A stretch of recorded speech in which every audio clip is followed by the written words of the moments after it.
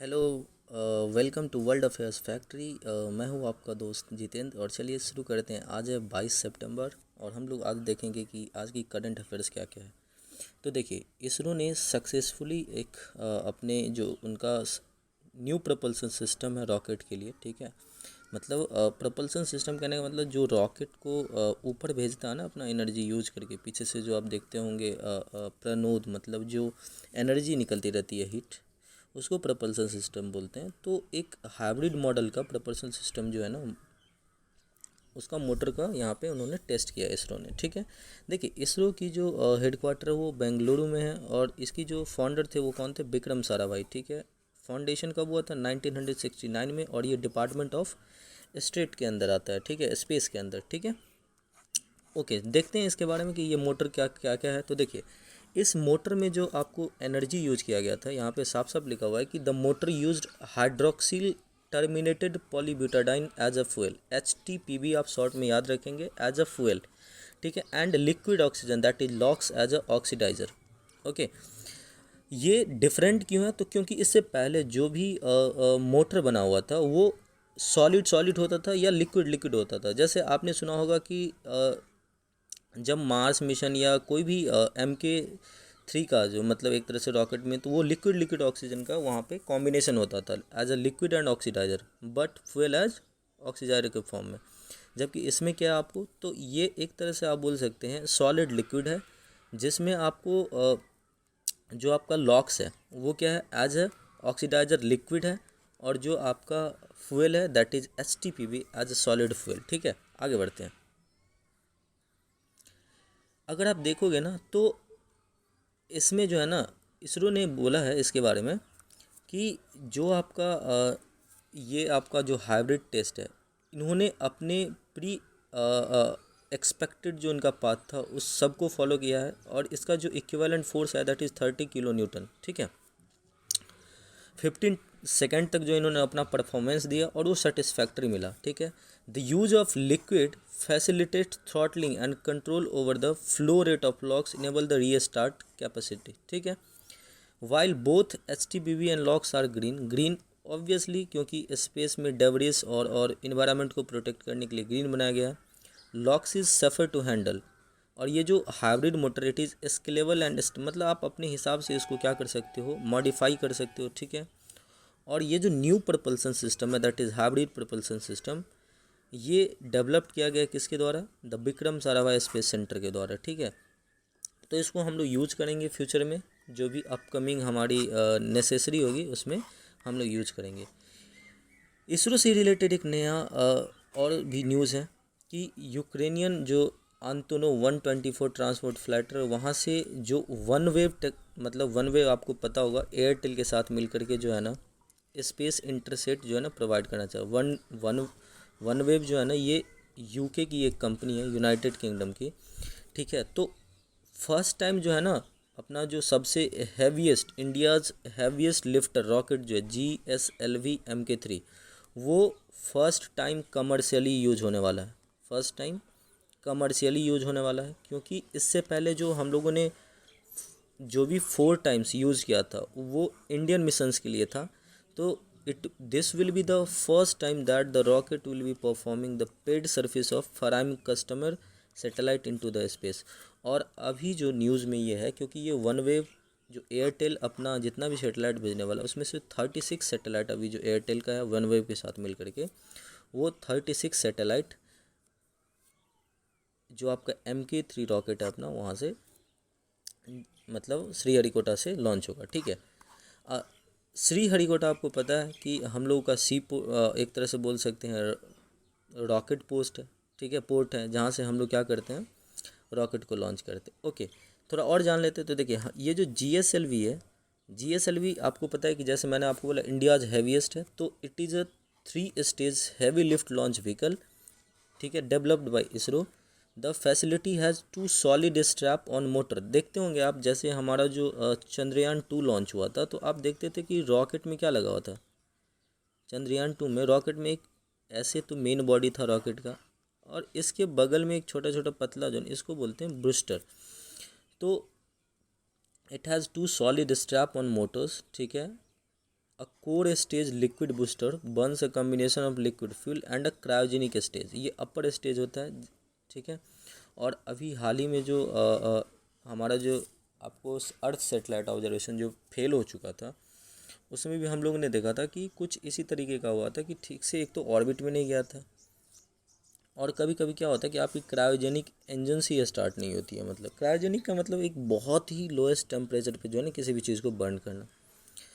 It is design to carry 4 ton class of satellite into geosynchronous orbit. देखिए, geosynchronous orbit में basically जब भी आप किसी सैटेलाइट को डालते हो तो वहाँ से जो है ना अर्थ एक स्टेशनरी किसी भी पॉइंट को जब आप लोकेट करते हो तो वो आपके लिए सेम होता है हमेशा, ठीक है। तो ये आप ध्यान रखिएगा। और ये मैक्सिमम कैपेसिटी 10 टन तक जो है ना लो अर्थ ऑर्बिट में ले जा सकता है, और 4 टन तक ये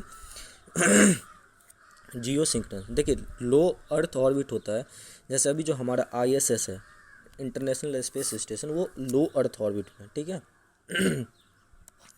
आगे बढ़ते हैं, सॉरी।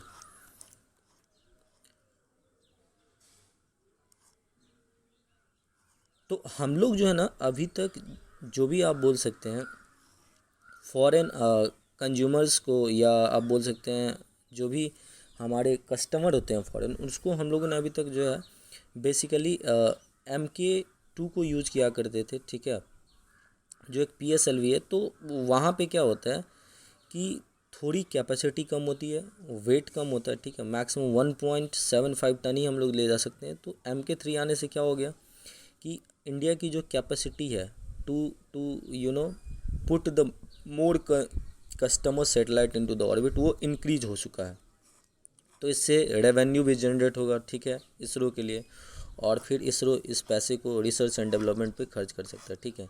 अच्छा, अब जितना भी कमर्शियल काम होता है ना इसरो का, वो एक नई कंपनी बनी थी, इंडियन गवर्नमेंट ने बनाया था, उसको बोलते हैं new space India limited, that is in short NSIL। Obviously ये भी एक पब्लिक सेक्टर अंडरटेकिंग कंपनी है, जो गवर्नमेंट ऑफ इंडिया ने इसको बनाया हुआ था, ठीक है। ये इसरो के सब्सिडरी के रूप में काम किया करता है, और इसको 2019 में डिपार्टमेंट ऑफ स्पेस ने कंपनीज एक्ट 2013 के अंतर्गत बनाया हुआ था, ठीक है। तो आप लोग याद रखिएगा। और इसका मेन काम है कि एक गवर्नमेंट ऑफ इंडिया के साथ तो काम करेगा ही, बल्कि प्राइवेट पार्टिसिपेशन को भी सपोर्ट करेगा, ठीक है। तो 2019 में बनाया गया था, आप याद रखिएगा। आगे बढ़ते हैं, सॉरी। ऑब्वियसली उस टाइम पे जो हमारे इसरो के चेयरमैन थे जैसे राधा कृष्णन साहब जी, उन लोगों का जो है बहुत बड़ा योगदान था इसमें बनाने पे। देखिए, आगे बढ़ते हैं। एक न्यूज़ ये आया है कि आप लोग सुनते होंगे कि मून लाइटिंग बहुत फेमस है अभी टर्म। भाई, इसी के दौरान आज बहुत अच्छा सा एक न्यूज़ है, बोल सकते हैं, to maintain the integrity of a company, कि विप्रो ने 300 एम्प्लॉयज़ को जो है ना फायर कर दिया मून लाइटिंग के लिए। ऑब्वियसली आपको ऐसा लग रहा है सर आप क्यों बोल रहे, अच्छी बात है, यहाँ तो निकाल दिया गया है काम से। नहीं, देखिए, मून लाइटिंग एक ऐसा टर्म है जिसमें बेसिकली कोई भी एम्प्लॉय, ठीक है, ये स्पेशली एक टर्म्स क्रिएट किया गया है इंडियन जायंट जो इन्फोसिस है उसके द्वारा, जो अपना IT जायंट इन्फोसिस है। Moonlighting refers to having another job secretively, मतलब चुरा करके एक कंपनी में तो आप दिन में काम करते हो तो रात में किसी दूसरे में, या रात में कहीं पे करते हो तो दिन में कहीं और पे। तो ये एक बहुत ही फेमस जो है ना एक टर्म निकल के आया मून लाइटिंग। आप एग्ज़ाम पर्सपेक्टिव से ध्यान रखिएगा कि अगर कोई आदमी नहीं देखते हैं कि एक दो काम कर लेते हैं तो ये गलत बात है, क्योंकि एक तो आप दूसरे की हक भी मार रहे हो, या किसी और को नौकरी मिल जाता है वहाँ पे।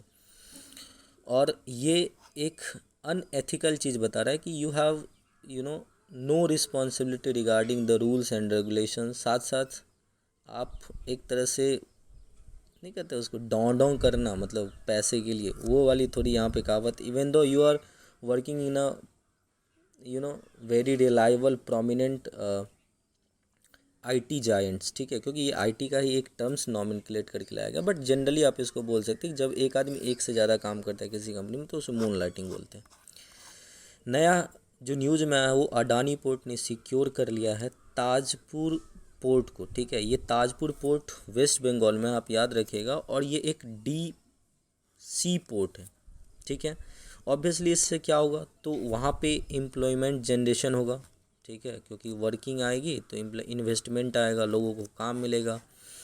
बट कुछ इम्पॉर्टेंट न्यूज़ ये है कि ये जो अडानी है, ये एक तरह से आप बोल सकते हैं इसकी जो Adani ports and special economic zone है, जो गुजरात में जो है ना स्टार्ट हुआ था, ये अभी इंडिया के जो इनके जो गौतम अडानी चेयरपर्सन है वो सेकंड वर्ल्ड्स रिचेस्ट मैन बन गए, ठीक है।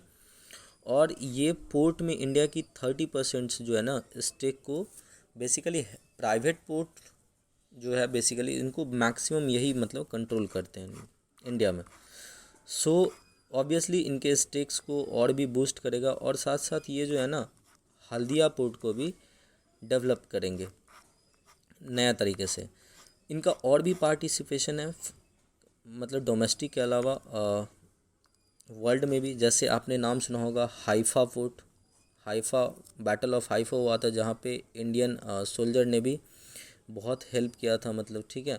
तो हाइफा पोर्ट इजराइल में है, वहाँ भी ये इंडिया की जो अपनी 30% डोमेस्टिक मार्केट से रही ये होल्ड करते हैं, और ये इंडिया की largest private sector port operator है। तो ये कुछ न्यूज़ था, ठीक है। आगे बढ़ते हैं। A wholly owned subsidiary of Adani port signed a pact with the modernisation of berth at the Haldia port in West Bengal, ठीक है। अडानी पोर्ट ने कोलंबो में भी, आपको याद होगा कि अभी तो वैसे भी श्रीलंका में इकोनॉमिक क्राइसिस चल रहा है, तो आपने पिछले दो तीन मंथ पहले देखा था कि उन्होंने एक strategic Colombo ports western container को भी डेवलप, जिसमें इंडिया और जापान को हेल्प नहीं मिल रहा था, वहाँ पे भी इन्होंने क्या किया था और अपना स्टेक खरीद लिया था, ठीक है, वेस्टर्न पोर्ट में, ठीक है। और ये आइलैंड नेशन में सिंस अभी क्राइसिस चल रहा है एनर्जी का, फाइनेंशियल, तो वहाँ पे भी ये कुछ ग्रीन प्रोजेक्ट स्टार्ट करने वाले। खैर ये इतना इंपॉर्टेंट न्यूज़ नहीं है, बट आप हाइफा प्रोजेक्ट कहाँ पे है, तो हाइफा प्रोजेक्ट है आपको आप बोल सकते हैं इज़राइल में, और वेस्टर्न जो कोलंबो कंटेनर टर्मिनल है वहाँ पे जो है ना उन्होंने स्टेक खरीदा, वो इम्पोर्टेंट है। नेक्स्ट न्यूज़ है आपका कि बिहार जो है ना नक्सल फ्री हो चुका है, ठीक है। Area in Jharkhand reclaimed after 30 years, ये सीआरपीएफ ने इनके जो डायरेक्टर जनरल है उन्होंने बताया, ठीक है। तो न्यूज़ देखते हैं कि आखिर इसमें है क्या। तो देखिए सीआरपीएफ ने अभी उसके जो 4 फेमस कुछ जैसे ऑपरेशन थंडर स्टॉर्म यहाँ पे है, ऑपरेशन ऑक्टोपस है, कुछ इस तरह से जो है ना 3 ऑपरेशंस चला रहे थे। कहाँ पे, तो कुछ नक्सल्स प्रभावित एरिया थे, जैसे छत्तीसगढ़ है, यहाँ पे झारखंड है, मध्य प्रदेश है, ठीक है। जहाँ पे गुरिल्ला वॉरफेयर होता है। गुरिल्ला कहने का मतलब कि अपने ही देश में अगर, तो ऑब्वियसली ये जो नक्सल्स है अगर आप सिक्योरिटी पर्पस से देखो तो हमें नेशनल इंटीग्रिटी को तो उतना ज़्यादा प्रभावित नहीं करती है, लेकिन कहीं ना कहीं ठीक है, लोग तो अपने देश के ही हैं, इन्हें भटकाया गया है, ठीक है। तो इसीलिए हम यहाँ पे एक गुरिल्ला टर्म करते हैं कि ये सिविल वॉर को बताता है। वो बोल रहे हैं कि भाई हमारे जंगल में जो भी रिसोर्सेज उसको क्यों यूज़ कर रहे हो, मतलब गवर्नमेंट उनके जो भी लीडर्स हैं, और इसीलिए वो लोग इनके अगेंस्ट होते हैं, और गवर्नमेंट बोलते हैं कि हम आपकी डेवलपमेंट के लिए करते हैं। तो ये तो चलो दूसरी टॉपिक हो जाएगी। हमें बस देखना है कि बिहार में कोई जो आपका है ना LWE एरिया नहीं है, ठीक है। तो government force have finally freed Budha Pahar in Jharkhand, याद रखिएगा कहाँ पे बुद्धा पहाड़, झारखंड में 3 डिकेड्स के बाद बुद्धा पहाड़, ठीक है। Budha Pahar Jharkhand which was Naxal dominated area, ठीक है। क्या था ये, नक्सल डोमिनेटेड एरिया था। Have been freed from Naxal, a camp has been established, वहाँ पे MI-17 हेलीकॉप्टर से पुलिस को वहाँ पे जो हमारे CRPF के कैंप को बनाया गया। The geographical spread of the violence also reduced as only 46 district reported LWE, जो लो मतलब एक तरह से बोल सकते हो ना एक्सट्रीमिज़म, ठीक है। उसकी जो कुछ कुल संख्या डिस्ट्रिक्ट की वो इंडिया में 2021 में घटी 46 हो गया है, ठीक है। और जो 96 था 2010 में। Decline in geographical spread is also reflected in reduce number of district covered under the security related expenditure scheme. Basically ये कुछ government of India adjusted scheme है, जिसके तहत जो जितने भी नक्सल्स एरिया होते हैं उसको डेवलप करने की जो है ना ये मिशन चलाया जाता है, ठीक है। The number of SRE that is the security related expenditure district was also reduced from 126 to 90 in April 2018 and further to 70 इन 2021। ये MHA ministry of home affairs ने लोकसभा में बाकायदा उनके जो लीडर्स थे उन्होंने बताया। फिर यहाँ पे है कि similarly the number of districts contributing approximately 90% of the left wing extremism violence categorise as most left wing extremism affected district, ठीक है, केम डाउन 30 फ्रॉम 35 इन 2018 और अभी तो 25 ही है यहाँ पे। आगे चलते एक न्यूज़ है कि blackbuck conservation breeding facility mooted at Abohar wildlife sanctuary, और ये कहाँ पे है, तो ये आपको एक्चुअली में पंजाब में है। न्यूज़ इसलिए है क्योंकि ये जो इंडेंजर्ड आपका ब्लैक विक है बग, ठीक है, प्रोजेक्ट मूटेड किया गया है। कहाँ पे भाई, सुखाचीन विलेज है, और ये बहुत ही अनोखा है क्योंकि पंचायत के एक सरपंच उन्होंने अपने 10 एकड़ ज़मीन कंजर्वेशन प्रोजेक्ट के लिए दे दिया। ये कहाँ पे, Punjab forest and wild life department is coming up with a conservation breeding facility for endangered black bug in their natural environment at the Sri Guru Jambeshwar Wildlife Sanctuary in Fazilka district Abohar division Punjab, ठीक है। अब ये first of kind जो है अपना अनोखा है, ठीक है, it is first of kind, यहाँ पे आप देख रहे हैं फर्स्ट ऑफ काइंड, ठीक है, project in the state was mooted after the sarpanch of Sukhachain village donated their 10 एकड़, बट कंडीशन क्या है यहाँ पे कि भाई आप इसका गलत यूज़ नहीं करोगे, उन्होंने पहले बतवा लिया, ठीक है। ये वाइल्ड लाइफ रेस्क्यू कम रिहेबिलिटेशन सेंटर की तरह काम करेगा और साथ साथ ये ब्रीडिंग सेंटर की तरह भी काम करेगा, ठीक है। अच्छा, ये जो गोडारा है इनके नाम में लगा हुआ है वो एक्चुअली बिश्नोई कम्युनिटी से बिलोंग करता है। आपको पता होगा कि बिश्नोई कम्युनिटी का थॉट्स है कि वो नेचर को अपने ब्रदर एंड सिस्टर के फॉर्म में मानते हैं, ठीक है, तो उसको प्रोटेक्ट करना उसकी जिम्मेदारी होती है। Okay, the number of blackbucks called hiran in the local parlance has decrease, जैसा आपको ऊपर बताया था कि इंडेंजर्ड हो चुका है एक तरह से, due to constrain food availability and increase in the population of stray cattle and dog. Blackbucks have migrated to adjoining area of Rajasthan, और ब्लैक बग जो है ना ये कल्चरल आइडेंटिटी है Abohar and being a member of Bishnoi community, ठीक है। तो ये एक्चुअली जैसा मैंने आपको बताया कि लोग अपने भाई बहन की तरह मानते हैं, तो इसीलिए इस तरह से किया गया, ठीक है। और ये जो गोदारा मतलब जो सरपंच साहब थे उनका मानना है कि जो बिश्नोई कम्युनिटी के जो फाउंडर हैं गुरु जाम्बेश्वर, उनके नाम पे हम इसका नाम रखने वाले हैं। A cluster of 13 villages near Abohar was declared a wildlife sanctuary 1989 में इसको वो दे दिए थे on the demand of Bishnoi to protect wild animal and their private area. तो मैंने आपको पहले ही बताया था, it is a unique wildlife sanctuary that is owned entirely by private individuals और a panchayat. It is based in the heartland of environment loving Bishnoi and we are roping in the community member to wildlife।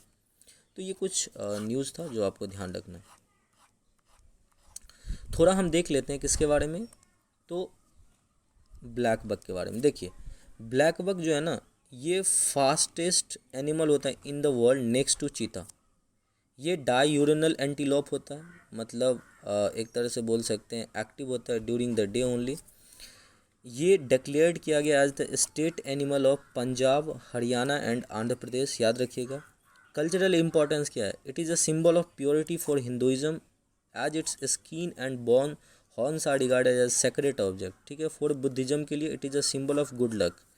जैसे हम लोग में नीलकंठ होता है, हम लोग का जो नीलकंठ होता है ये जो पक्षी है, जब आप शिवरात्रि होता है महाशिवरात्रि उस दिन लोग ढूंढ ढूंढ करके north India specially Bihar Jharkhand में इसको देखना चाहते हैं कि एक बार दिख जाए तो हमारा यात्रा शुभ होगा, ठीक है।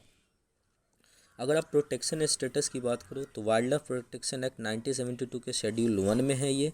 IUCN स्टेटस इसका अब एक तरह से बोल सकते हैं इंडेंजर्ड जो आ गया, ठीक है। यहाँ पे थोड़ा इसको कट कर लीजिएगा, ठीक है, इंडेंजर्ड। और साइट्स जो है ना वो अपेंडिक्स 3 में है, ठीक है। कंजर्वेशन ऑफ इंटरनेशनल जो आपका ये, आगे बढ़ते हैं। देखिए अभी गवर्नमेंट ऑफ इंडिया ने जो प्रोडक्टिव लिंक्ड इंसेंटिव उसकी ट्रेंच 2 को लॉन्च कर दिया है, ट्रेंच 2 को मतलब पार्ट 2 को। और रीज़न है कि ग्रीन एनर्जी के लिए भाई इंडिया की टारगेट है 500 gigawatt of installed electricity capacity from non fossil fuel by 2033, ठीक है, जिसमें से जो सोलर पावर होंगे वो 280 से 300, basically 60% of the contribution almost solar से आने वाला। तो ये सेकंड स्ट्रेंच है, ठीक है। और सबसे इम्पॉर्टेंट बात है कि अब इंडिया में केवल हम लोग कुछ पार्ट नहीं, सोलर पैनल्स या फोटोवोल्टाइक सेल्स के, मतलब जितने भी पार्ट्स अब आएंगे सबको मैन्युफैक्चरिंग किया जाएगा, ठीक है, वेफर से लेकर के सिलिकॉन से लेकर के पूरे फोटोवोल्टाइक सेल्स तक। तो इसके लिए जो है 19,500 करोड़ की PLI स्कीम मॉड्यूल्स, ठीक है, फुल्ली इंटीग्रेटेड यूनिट्स के लिए 2022 से 23 के लिए लॉन्च कर दिया गया है, ये सेकेंड फेज, ठीक है। अब everything across the solar value chain चलेगा, फ्रॉम पॉलीसिलिकॉन से लेकर के ingots to cells and modules, याद रखिए, ठीक है। और ये क्या करेगा, the minimum efficiency that we previously permitted has not been increase, basically इन्होंने इंक्रीज कर दिया है कि अब आप सब तरीके से सोलर चैनल मतलब पैनल को बना सकते हो। यहाँ पे कुछ आप देख रहे होंगे कि सोलर पैनल किस तरह से बनाया जाता है। तो देखो, सोलर पैनल बनाने के लिए आप यहाँ पे सिलिकॉन, ऑब्वियसली आपको पता है कि सिलिकॉन या तो N टाइप हो सकता है या P टाइप हो सकता है। N टाइप करने का मतलब एक में प्रोटॉन ज़्यादा होगा, एक में इलेक्ट्रॉन ज़्यादा हो सकता है, ठीक है। तो जब आप सिलिकॉन को गैलियम के साथ मिला देते हो तो सिलिकॉन इग्नोट्स बन जाता है, फिर आप उसको पीट के सोलर सेल्स बनाते हो और फिर उसको इंस्टॉल करके सोलर पावर। तो याद रखिएगा ये ऑर्डर कि सिलिकॉन पहले, फिर सिलिकॉन इग्नोट्स बनता है, फिर सिलिकॉन वेफर्स बनता है, फिर सोलर सेल्स बनता है और फिर सोलर पैनल बनता है, ठीक है। न्यूज़ इन ट्रांजिशन ये है नया कि रतन टाटा जो हमारे बहुत ही बिलोव्ड एक फिलांथ्रोपिस्ट है, बिजनेसमैन है, वो फॉर्मर सुप्रीम कोर्ट जज थॉमस जी और बहुत कुछ और भी एमिनेंट लोग हैं, उनको PM's केयर्स ट्रस्टी के मेंबर्स बना दिए गए। तो यहाँ पे याद रखिएगा कि जो Ratan Tata, former supreme court जज KT थॉमस और पहले पुराने हमारे जो फॉर्मर डिप्टी लोकसभा स्पीकर थे करिया मुंडा, इन तीनों को ट्रस्टी में बनाया गया है, ठीक है। ट्रस्टी में इसको, क्योंकि 3 एक्स्ट्रा ट्रस्टी चूज कर सकते हैं, PM केयर्स फंड के जो चेयरमैन होते हैं प्राइम मिनिस्टर साहब मोदी जी चूज किए हैं। इसके अलावा इसकी एडवाइजरी कमेटी भी बनाई गई है और ये एडवाइजरी कमेटी पर्सनल इनका और इनके जो मिनिस्ट्री है PMO प्राइम मिनिस्टर ऑफिस, उसका आइडिया था कि आप एडवाइजरी कमेटी भी बनाओ। तो एडवाइजरी कमेटी में फॉर्मर CAG राजीव महर्षि, ठीक है, इन्फोसिस के जो चेयरपर्सन हैं, ठीक है, सुधा मूर्ति जी, और टीच फॉर इंडिया के जो को फाउंडर है आनंद साव जी, इनको नॉमिनेट किया गया एडवाइजरी। ऑब्वियसली इन दोनों का जब इंटीग्रेशन होगा, ये लोग बहुत ही इमिनेंट और बहुत ही हाईली वैल्यूड लोग हैं, तो ऑब्वियसली कहीं ना कहीं जो कल्याणकारी योजना है, जो एम है PM केयर्स फंड का, वो अच्छा होगा, ठीक है। चलिए जान लेते हैं PM केयर फंड की। तो PM केयर फंड्स आपको पता है कि ये एक ट्रस्टी की तरह है, ठीक है ना। तो इस ऑर्गेनाइजेशन का कोई एक्ट और एक तरह से पार्लियामेंट्री रूल्स के अकॉर्डिंग नहीं है, ठीक है। ये एक प्राइम मिनिस्टर के सजेशन पे, PMO के सजेशन पे लॉन्च किया गया। और इसको कब लॉन्च किया गया था आपको, तो it was created in 2020 during the Covid, ठीक है। और इसके जो एक्स ऑफिशियो चेयरपर्सन है वो PM होंगे, जो करंट PM होंगे इंडिया के, वो होंगे, ठीक है। और ये एग्जम्प्ट है फ्रॉम इनकम टैक्स एक्ट, सारे तरीके जितने भी रूल्स और रेगुलेशन उसको एग्जम्प्ट किया गया, आप इसमें डोनेशन कर सकते हो, ठीक है। इसमें PM केयर्स फंड में एक नया भी एडिशनल था, जिसमें ऑर्फनेज, जो बच्चे जिनके माता पिता कोविड में मर गए थे, तो उसके लिए इसमें एक सब स्कीम से आया था PM cares for children schemes, ठीक है, जिसके अंतर्गत अभी लगभग 4,500 बच्चे जो है ना फ़ायदा उठा रहे हैं। थोड़ा और जान लेते हैं PM केयर्स के बारे में। तो यहाँ पे देखिए, मैं आपके लिए कुछ इन्फॉर्मेशन यहाँ पे सम्मिलित कर रहा हूँ कि prime minister is the ex officio chairman of the PM cares fund and minister of defence, minister of home, ठीक है, और मिनिस्टर ऑफ फाइनेंस, ये जो इसके ट्रस्टी के मेंबर होते हैं साथ साथ, ठीक है। The chairperson of the board of trustee prime minister shall have the power to nominate 3 trustee, जैसे मैंने आपको बताया अभी, ठीक है। और वो eminent field of research, health, science, social work से जुड़ा होगा, लॉ, पब्लिक एडमिनिस्ट्रेशन, फिलैंथ्रोपी सारे।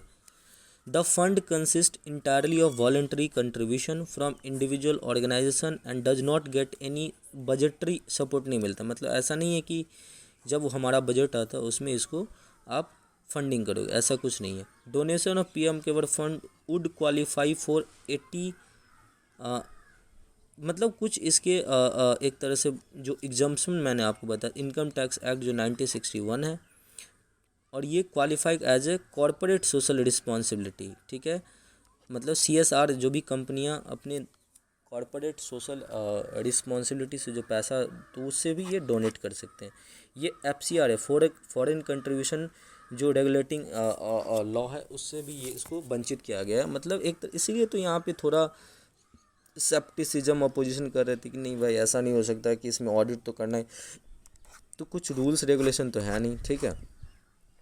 अच्छा, न्यूज़ आया है, बस ये एक एक्सपेक्टेड है कि इस बार जो है भाई 6% ड्रॉप होने वाला है खरीफ, दैट इज़ राइस जो है इसका एक पार्टिकुलर स्टेपल मेन फूड है, तो उसके सब टोटल की मैं बात कर रहा हूँ, खरीफ में 6% की प्रोडक्शन की ड्रॉप होने वाली है। तो ऑब्वियसली अभी क्राइसिस चल रहा है यूक्रेन का, हम लोगों ने ऑलरेडी व्हीट पे बैन लगा चुका है, तो अपनी फूड सिक्योरिटी को मेंटेन करने के लिए हम लोग क्या कर रहे हैं, कोशिश तो कर रहे हैं।